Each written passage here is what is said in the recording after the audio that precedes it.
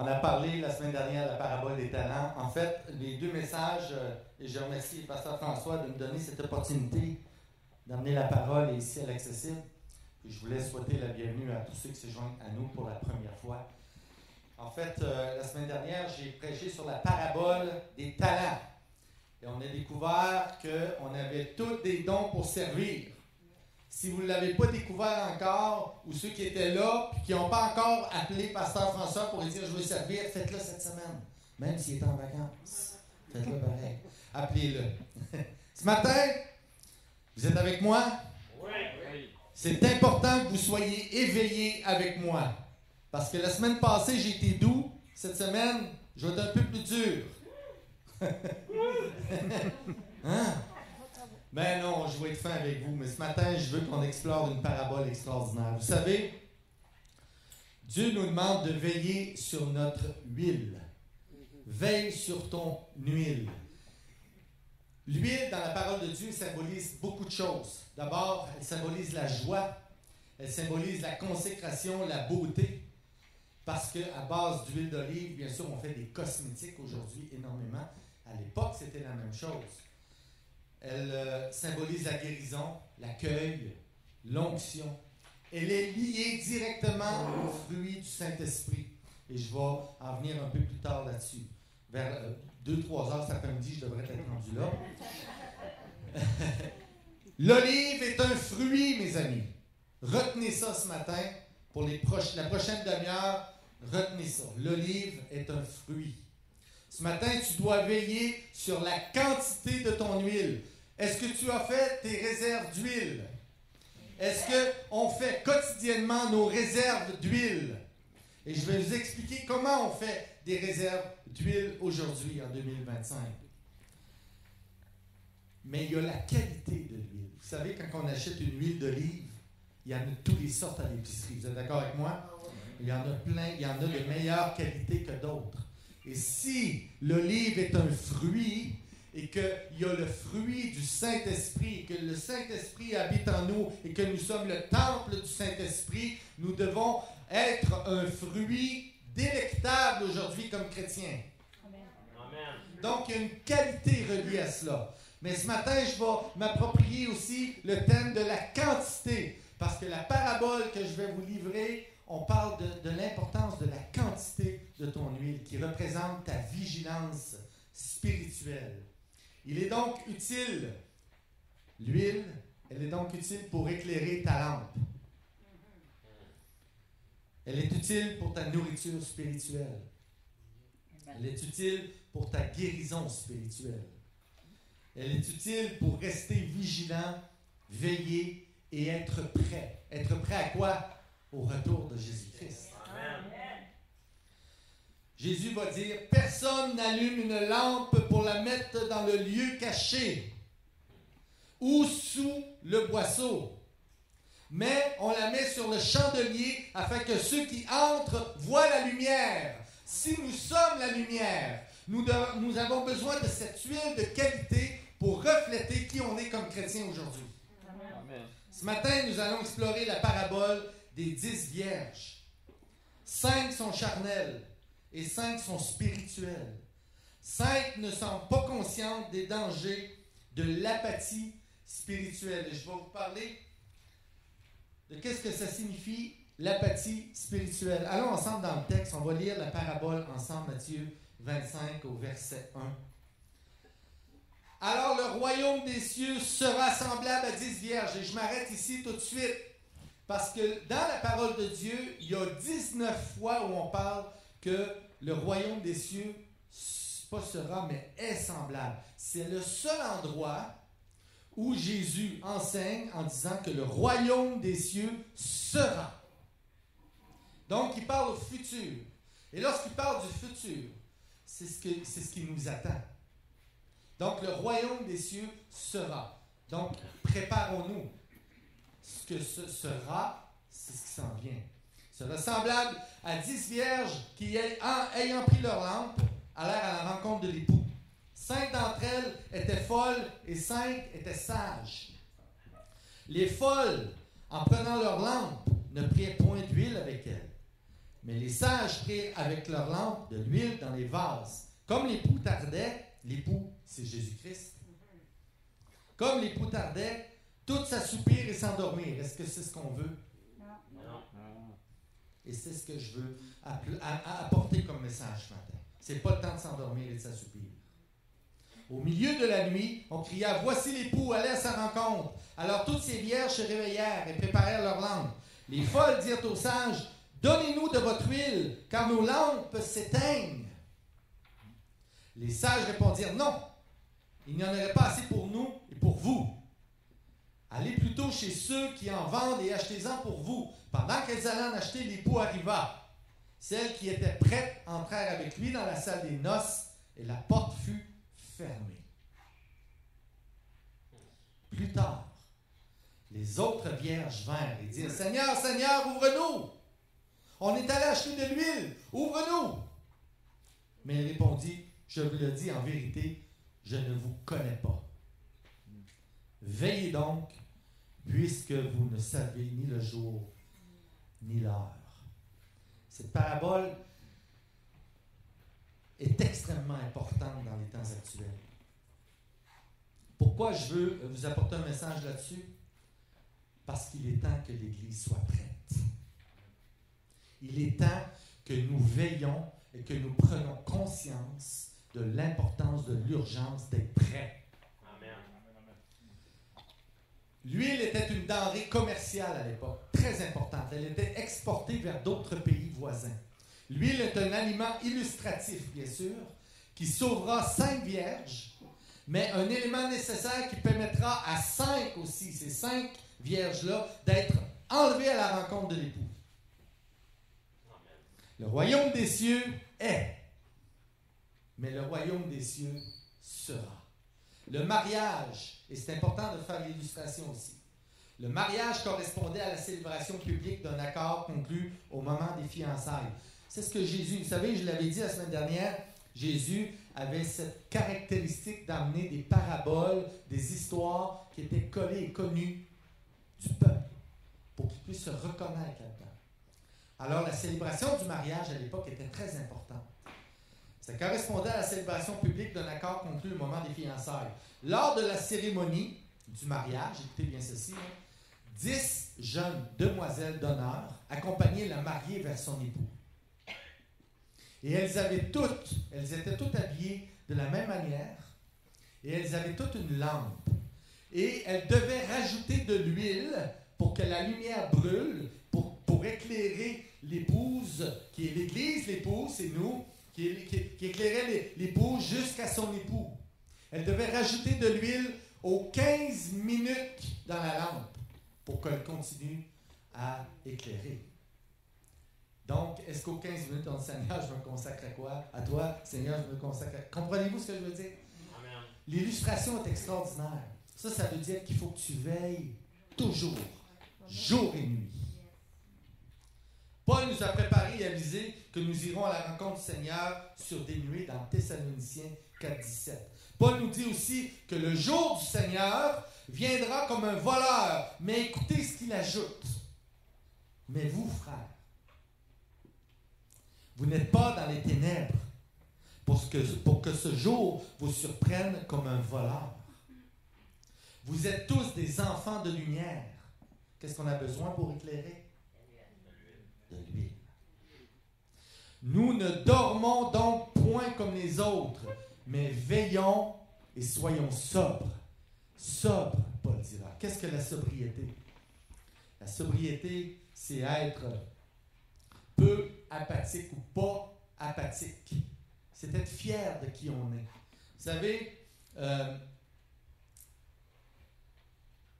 ne faut pas être apathique spirituellement aujourd'hui, dans le sens que il faut toujours se tenir prêt. À notre éveil, il faut dire, Seigneur, je m'abandonne à toi. On est des enfants de Dieu. Vous êtes d'accord avec moi? J'espère que vous êtes d'accord avec moi. Réflexion inutile, dirais-je. Mais chaque matin, chaque jour, Seigneur, je suis ton enfant, je t'appartiens. Garde mes réserves d'huile. Et ce matin, je veux amener ça. Comment on fait pour garder cette réserve d'huile pour éviter l'apathie spirituelle, c'est-à-dire un manque d'énergie spirituelle.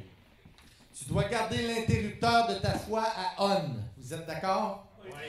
Mais ainsi, l'huile sera toujours en réserve. Et quand arrivera l'époux, tu le suivras et tu seras aux premières loges des noces.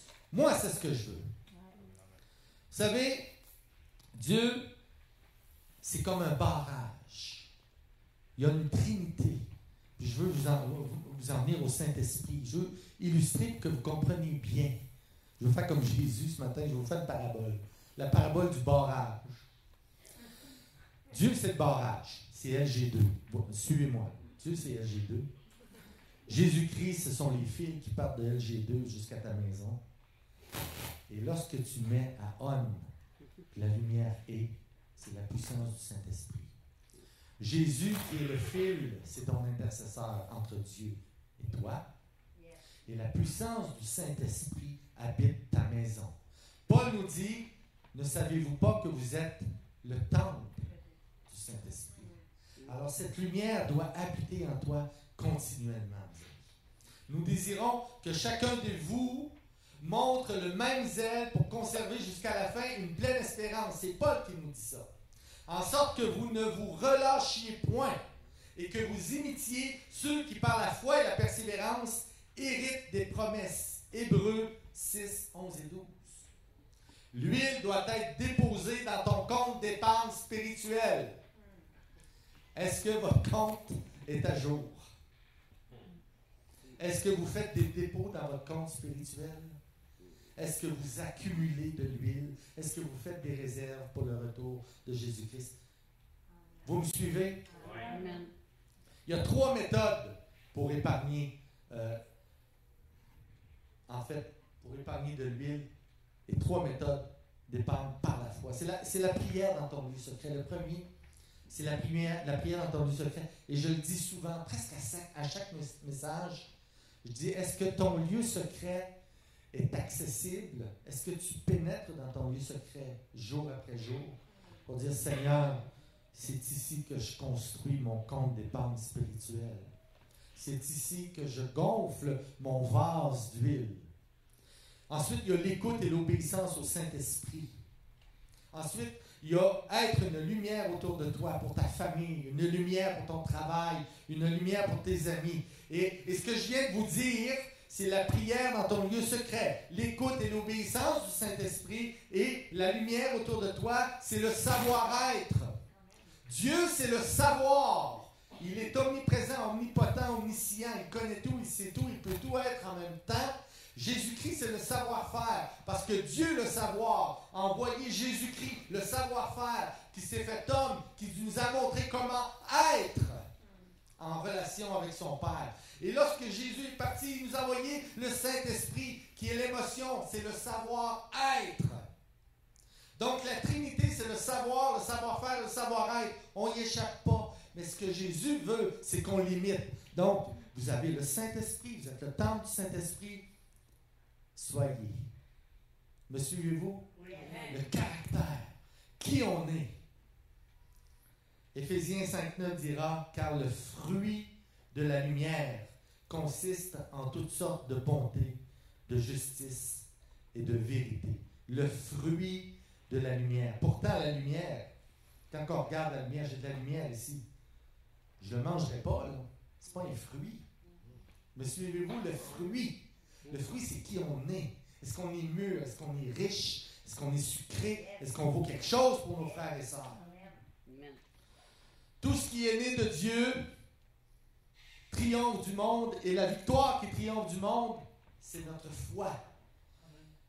N'oubliez jamais la Trinité, le savoir, le savoir-faire, le savoir-être, le barrage, les fils, le Saint-Esprit, la lumière. Chaque athlète passe du temps à son entraînement afin d'atteindre la perfection. Je ne suis pas un d'entre eux, d'accord?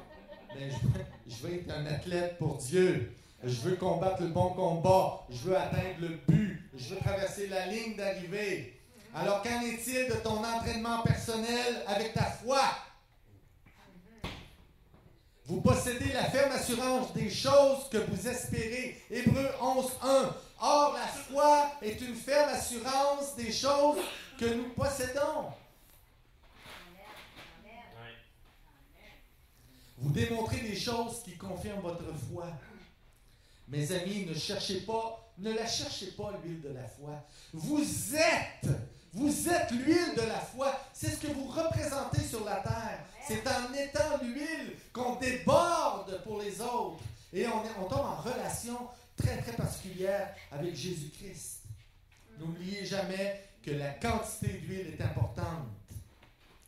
C'est ce qui permet d'être prêt pour son retour. Mais la qualité est débordante. Le psaume 27,5 dira « Tu dresses devant moi une table en face de mes adversaires. Tu oins d'huile ma tête. » On parlait de l'huile d'accueil. « Et ma coupe déborde. » Est-ce que votre coupe déborde ce matin? L'huile de l'accueil du Saint-Esprit. Le Saint-Esprit qui fait déborder ta coupe en quantité. Le Saint-Esprit qui fait de toi une personne de qualité. Je parlais avec un de mes amis cette semaine. Je disais, je vais prêcher sur les 10 vierges. Et je vais parler de la quantité, mais aussi de la qualité de ton huile. Parce que qui tu es, qui on représente comme chrétien aujourd'hui, est d'autant plus important. Il disait, la qualité, ça n'a pas rapport, c'est juste la quantité. Tout à fait d'accord. C'est ce que la parole de Dieu dit. C'est ce que la parabole des 10 vierges dit. Mais est-ce qu'on peut aller plus loin? Regarde toute la parole de Dieu qui parle de l'huile. Lorsque Jésus nous dit, soyez mes témoins, soyez comme moi, imitez-moi. L'huile, mes amis, je l'ai dit au début, est tirée d'un fruit qui est l'olive. La qualité de ton huile. Le goût. Wow! Paul nous a parlé de sobriété. La sobriété pour Paul signifie d'observer les règles de la morale, mener une vie honnête, éviter les abus. L'huile est liée à ce que tu représentes comme chrétien. L'huile, quotidiennement, doit être versée sur ton caractère pour l'adoucir. Je vais le répéter. Je vais le répéter. L'huile, quotidiennement, doit être versée sur ton caractère pour l'adoucir. Amen. Parce que, c'est bon, parce que l'huile va permettre de voir ton amour s'exprimer, de voir ta joie s'exprimer, de voir ta coupe déborder à cause de la paix, de la bonté, de la bénignité, de la bienveillance, de la fidélité, de la patience, de la douceur. C'est le fruit de l'esprit. Amen. Alors ce matin, ne mettons pas de l'huile sur le feu, mais mettons le feu de cet esprit avec l'huile. Amen. C'est mon désir ce matin.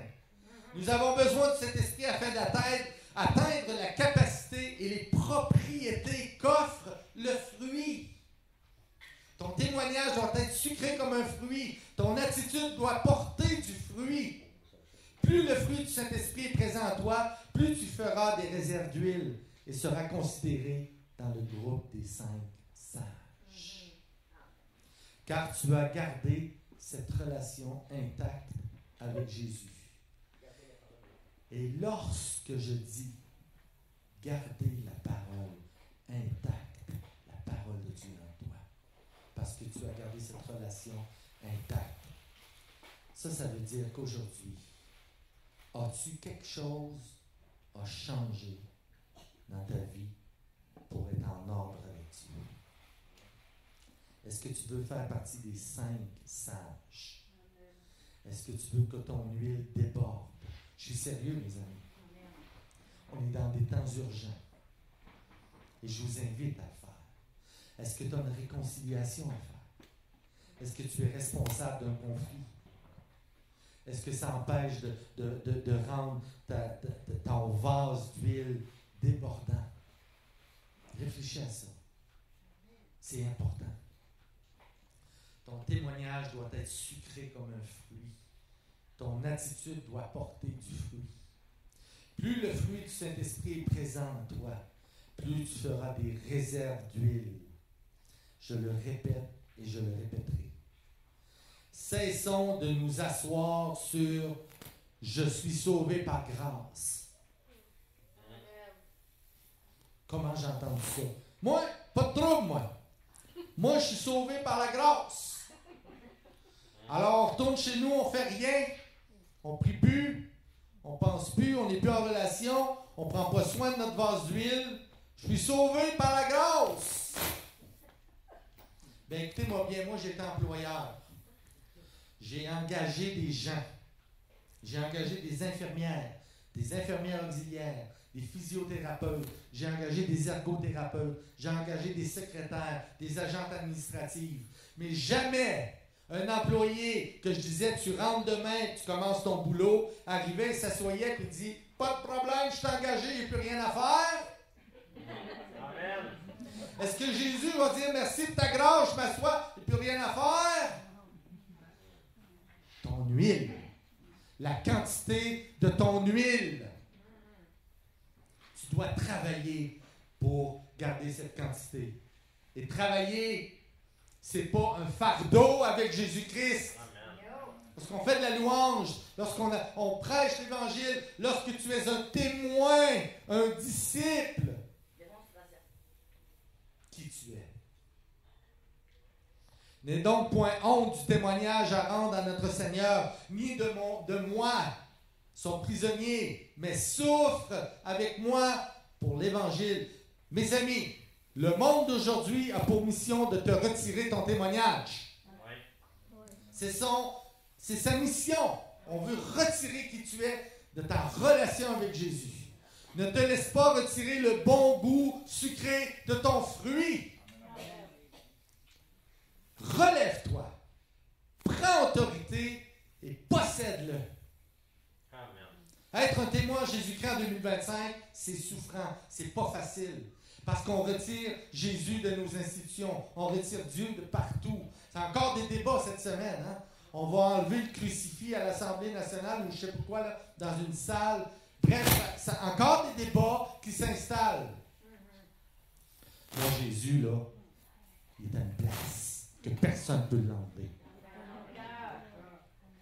Et j'aimais beaucoup Lucien ce matin qui est venu me voir, puis il me dit, « Oh oui, quand je dézippe, t'as un zipper ici, puis je dézippe ça, puis je vois ton cœur. Wow!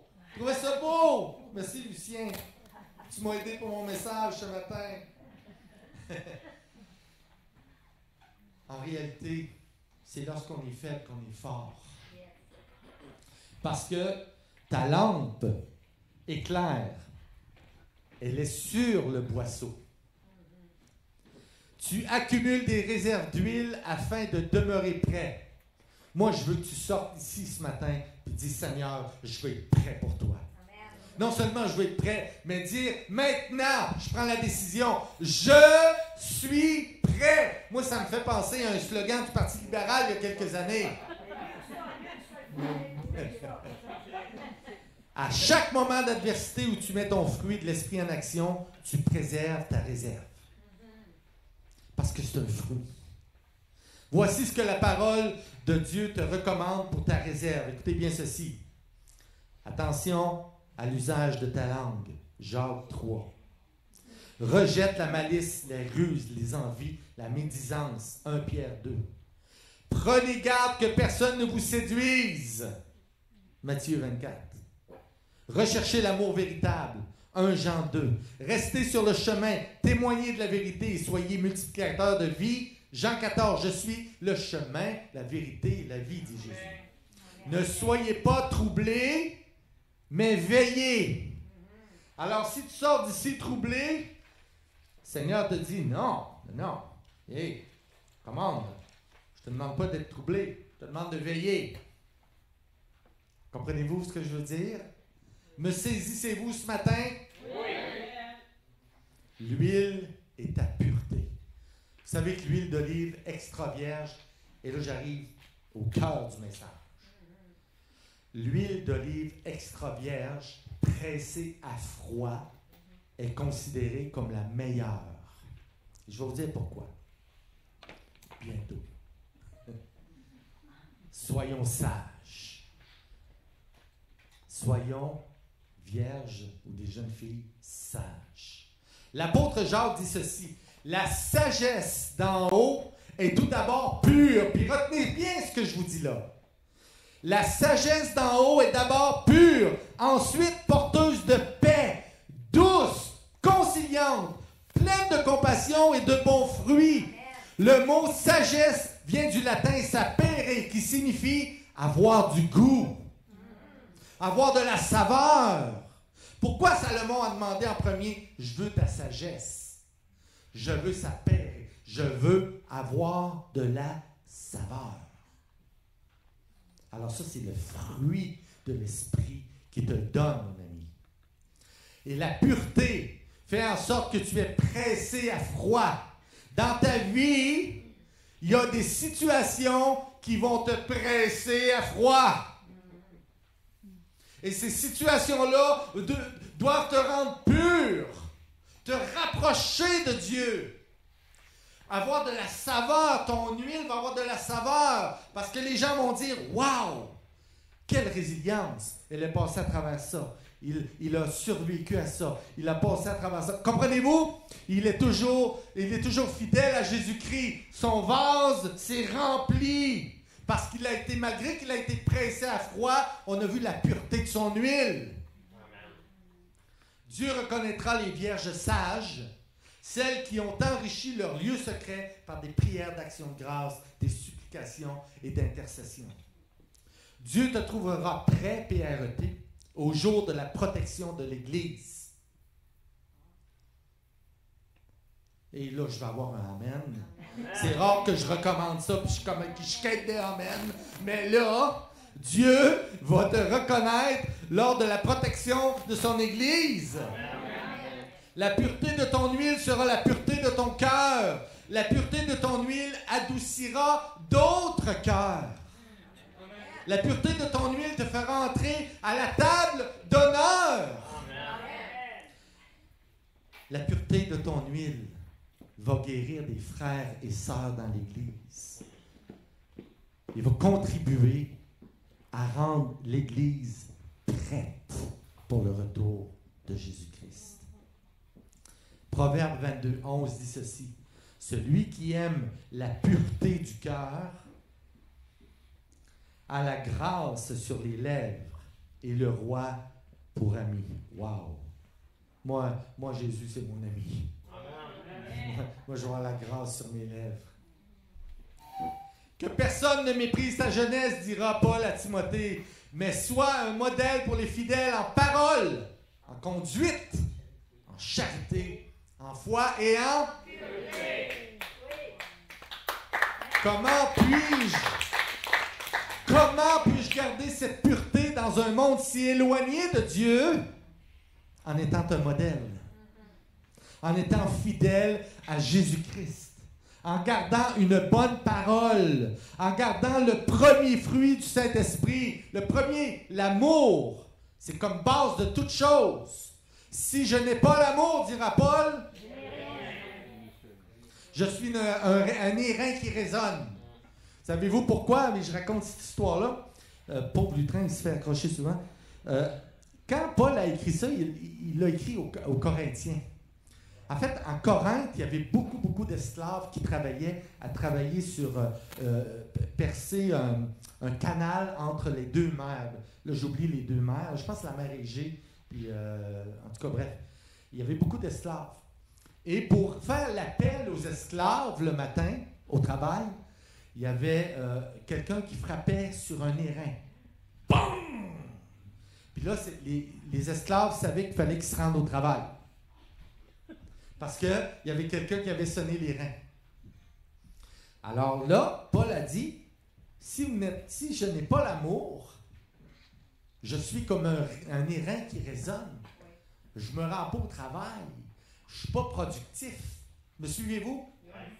C'est ça l'illustration que Paul donne. Et c'est important de connaître l'histoire, le contexte dans lequel Paul le dit. Seule la fidélité à Jésus t'apportera la quantité, car Jésus nous demande de l'imiter. Donc, aussi être qualitatif. C'est en étant une personne de qualité que tes réserves d'huile gonflent, qu'on est prêt. Parce que Jésus, c'est une relation. C'est en étant en relation avec Jésus-Christ qu'on porte du fruit que nos réserves d'huile débordent. Ton attitude, tes pensées basées sur le comportement de Jésus-Christ t'apportera tes réserves, fera gonfler tes vases d'huile.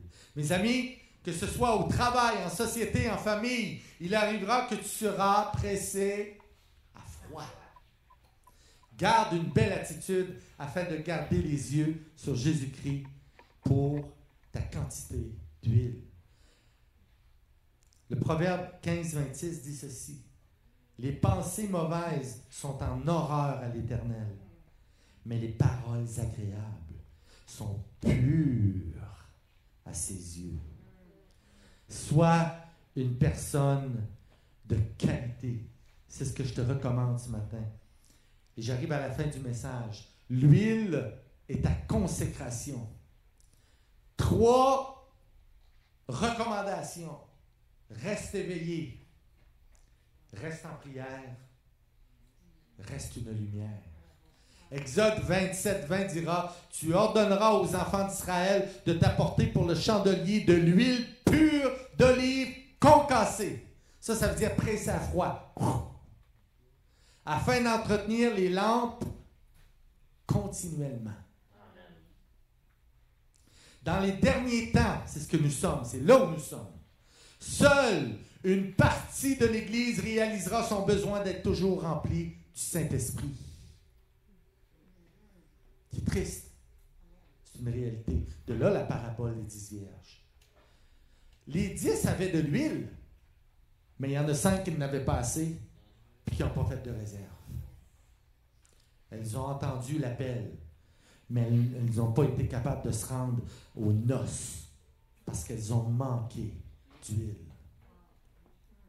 Ce matin, Jésus te dit, tu as l'huile. Et tu dois réaliser le besoin profond de la présence du Saint-Esprit dans ta vie. Amen. Vous êtes le temple du Saint-Esprit. C'est par la présence du Saint-Esprit que l'Église touche le cœur de Dieu. Soyez l'Église prête. Est-ce qu'on veut être une Église prête? Vivez par l'Esprit. Soyez des disciples prêts, pas des chrétiens qui cherchent de l'huile. Des disciples qui ont de l'huile à volonté. Vivez par l'Esprit. Acte 1:8 dira, vous recevrez une puissance, le Saint-Esprit, et vous serez mes témoins à Joliette, dans la Naudière, au Québec et aux extrémités de la terre.